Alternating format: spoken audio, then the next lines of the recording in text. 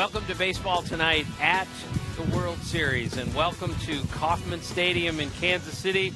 It's pretty windy out today, boys. The wind is blowing towards right field. We've got Curt Schilling and Jerry Crasnick with me. Schill, with the wind blowing that way and you're throwing tonight, what are you thinking? It's not a good night to be a fly ball pitcher, maybe. The wind, the direction of the wind blowing, probably not as important to me as how dry it is as a pitcher, because grip is everything. This is a very tough, challenging environment to keep a good grip on the ball. So cold and wind, getting a grip is really difficult. If there's no humidity, which there doesn't feel like there is any today, that's a challenge. All right.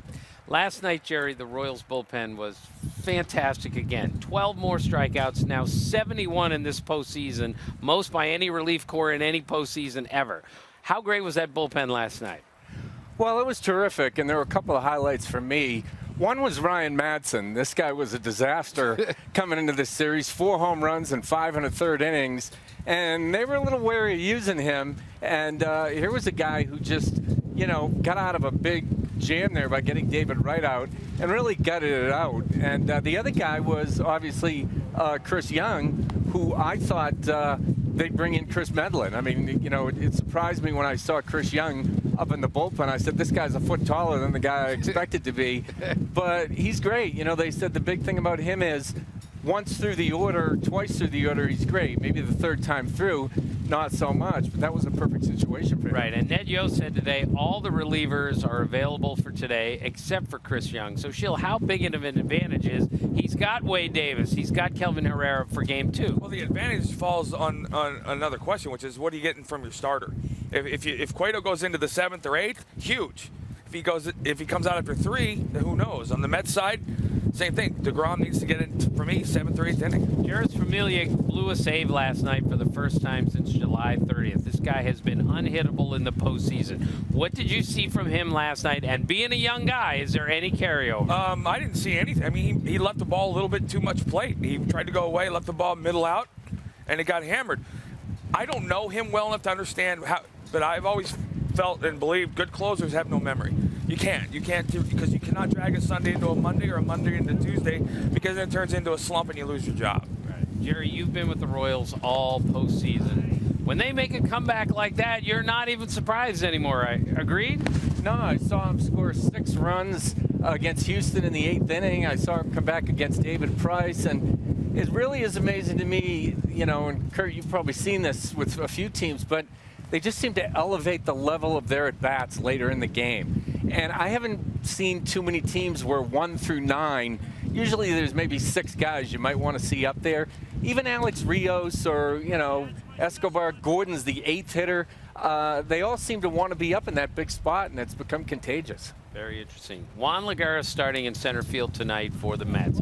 This is their best defensive outfield when he plays center and Cespedes plays left. As a pitcher, Schill, do you look around and say, well, we got our best defensive outfield, I can put the ball in the air a couple times today? Again, pitcher dependent. If you're a fly ball pitcher, it's great. If you're a ground ball pitcher, I never really worried about the defense as long as you saw last night a couple of different plays, some ground balls that went to some places where you expect them to be hits. The defense was shifted. This is an era now where the position coaches and the defensive coaches are having a huge impact on the outcome of games because they're moving defenders into very unconventional alignments, and we're seeing balls hit right at these people, and people are going, oh my gosh, the data supports it, and the teams use it. Right. Great pitching matchup tonight, of course, Johnny Cueto against Jacob deGrom. Jerry, you've seen Cueto, you've seen him really good, and you've seen him really bad. In this postseason, what are we going to expect for tonight from him?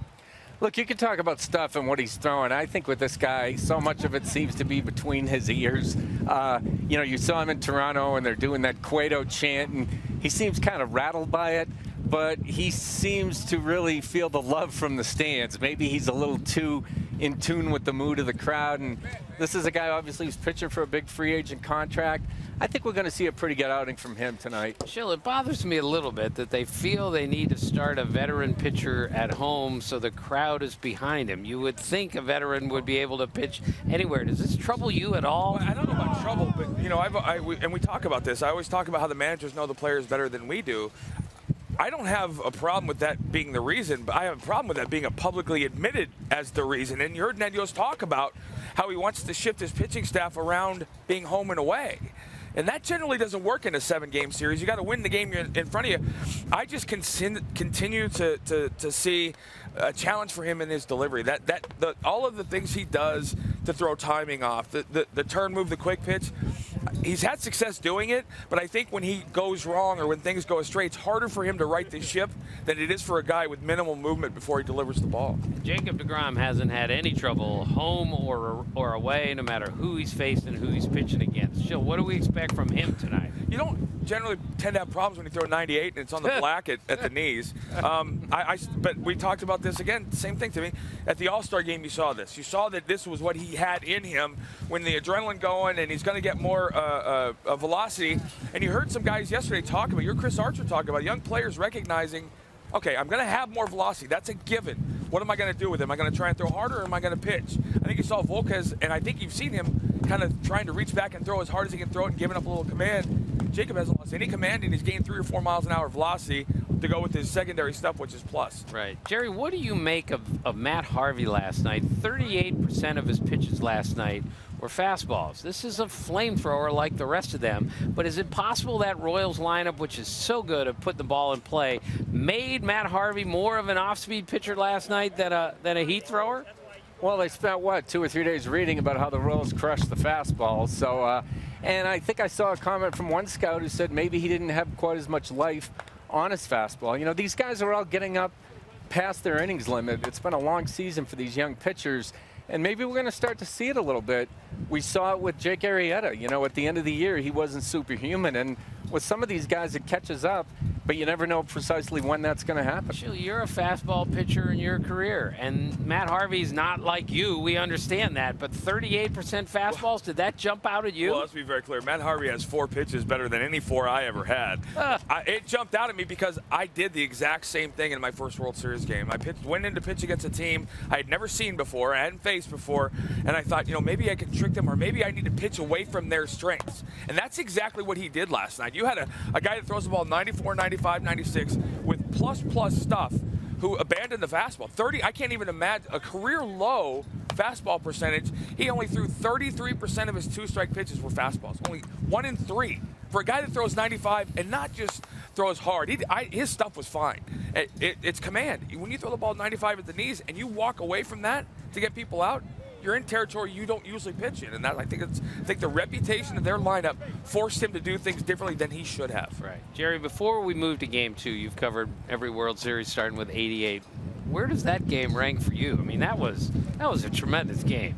Yeah, I think I saw you mention 1988 was my first year as a beat writer in Cincinnati, and the first game I cover is the Kirk Gibson game. And it so happened it happened on a Saturday, and I didn't have a Sunday paper, so I'm like, I don't have anything to write until Monday. But this was right up there. I mean, just talking about comebacks and grit from both teams. Obviously, you had that storyline with Edinson Volquez and then Chris Young coming in, whose father also passed away a month ago. The Royals clubhouse was just completely emotional after the game. So when you add that emotional element in with all the other stuff that happened, I mean, by the end of the game, nobody was talking about Alcides Escobar leading off the game with an inside the park home run. That was an afterthought. Right. Or an error. Yeah. Right. Schilling and I have been arguing about this we're not going to do that, not here. All right, we're going to do our stupid predictions because we have no idea what's going to happen tonight. But what's your guess on what we're going to see tonight? I think Cueto throws well, but we go back to New York 1-1. Jerry, what do you think we'll be looking for tonight? I think that's going to happen, too. I just think deGrom has been so good, and Cueto is such a wild card. And they did use Kelvin Herrera for 35 pitches last night, so he might throw tonight, but I'm not sure if he's going to be the typical guy. Right. And again, Chill, just one more time with the wind and the cold. Will it affect Cueto more with the way he throws, slider, cutter, more than a 100-mile-an-hour guy like deGrom? At the end of the day, weather is always what the pitcher makes it. The other guy has to pitch in it too. So if it's a detriment to you, you're behind the 8 ball before the game starts. It is what it is. There's nothing you can do to change it. And he's pitched long enough to know how to handle himself in these conditions, how to adjust, how to make sure that the pitches he's throwing, he's able to execute. Right. Chill, thanks. Jerry, thanks. And thanks for joining us here on Baseball Tonight at the World Series. Game 2 tonight. Can't wait.